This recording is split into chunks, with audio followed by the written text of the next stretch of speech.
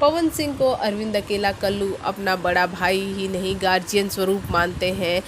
अरविंद अकेला कल्लू अपने हर एक इंटरव्यू में ये मेंशन ज़रूर करते हैं कि आज वो जो कुछ भी हैं, जिस मुकाम पर है, उसमें पवन सिंह का बहुत बड़ा योगदान है।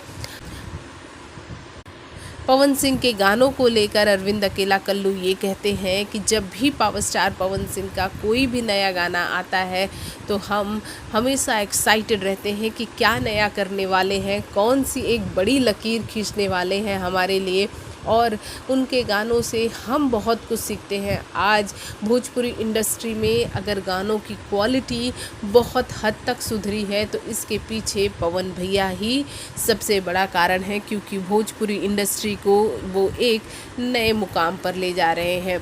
अरविंद अकेला कल्लू हमेशा से पावर स्टार पवन सिंह के और उनके गानों के मुरीद रहते हैं, तभी तो वो ये कहते हैं कि जब भी उनका कोई नया गाना आता है तो मैं वो सबसे पहला व्यक्ति हूँ जो हमेशा उसे देखता हूँ और अपना फीडबैक भी भैया को ज़रूर देता हूँ कि मुझे किस तरह से कितना इम्प्रेसिव सॉन्ग लगा। तो क्या कहेंगे आप?